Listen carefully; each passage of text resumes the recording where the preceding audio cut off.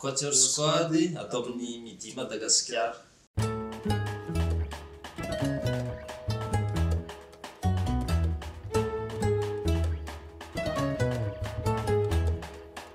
Groupe Quatuor Squad formé ana efatra amin'ny rahalahy zay, 2 violons, 1 alto, 1 violoncelle, ankalazan'ny faha-5 taona zay.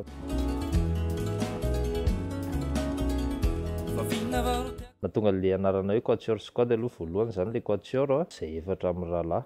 Avy eo le izy natao hoe squad satria rehefa manao zavatra moa tsy vita rery fa tsy maintsy mifanampy eny rehefa te hanao zavatra tsara sy ohatr'izany. Aloha asiana squad mihitsy le Quatuor Squad. Rehefa manao zavatra indraindray zay efatra rery, indraindray 5, indraindray 9, indraindray mety maro be ary indraindray fa arakaraka le zavatra tianao avoaka moa zany. Fa zany hoe le base-n'le izy zay efatra amin'ny rahalahy fa le squad eo miovaova be, indraindray ary mety misy mihira tampoka eo fa tsy voatery hoe mitendry foana koa.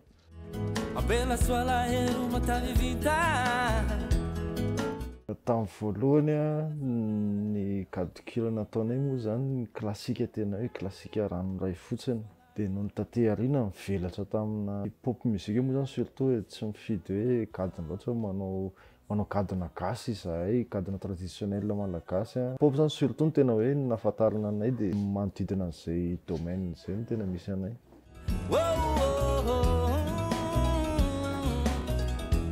Efa mikarakara ihany zay fa le manao zavatra koa moa tsy mora. Efa namoaka ihany zahay fa tsy album officiel izy. Fiaraha-miasa nataonay rehetra hatramin'izay manao featuring amin'ny artiste. Nisy niantso anay hoe asiana instrumental, asiana fond musical sy ohatr'izany. EP zany izy fa tsy navoakanay, tsy nipublienay mihitsy hoe misy an'izao fa efa maro mihitsy mangataka fa ho avy tsy ho ela izy.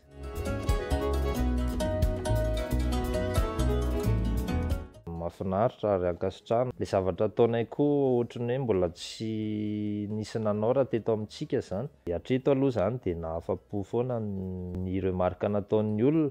Misy koa ny mety hoe tsy afa-po fa isaorana koa zareo satria azo raisina koa ny remarque ataony, afaka mampivoatra kokoa anay.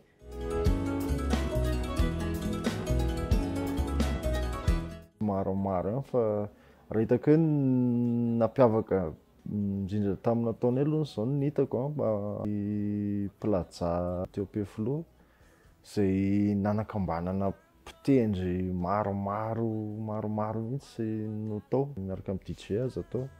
Tena moment tena anisan'ny nahafinaritra mihitsy.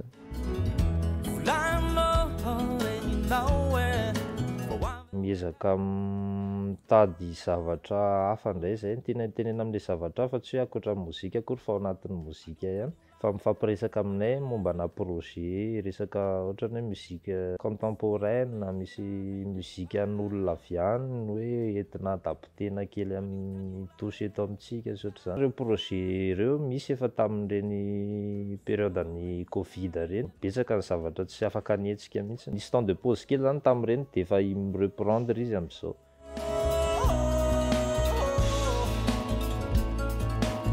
L'événement akaiky indrindra zany zao le fankalazana le 5 ans anay amin'ny 26 août ao amin'ny Grand Hôtel Urban eo Ambatonakanga. Ny concept amin'io zany dîner concert, zany hoe efa misy sakafo ao anatin'le vidim-pidirana, 70 000 ariary le vidim-pidirana, dia efa misy sakafo noman'ny chefny Grand Hôtel Urban.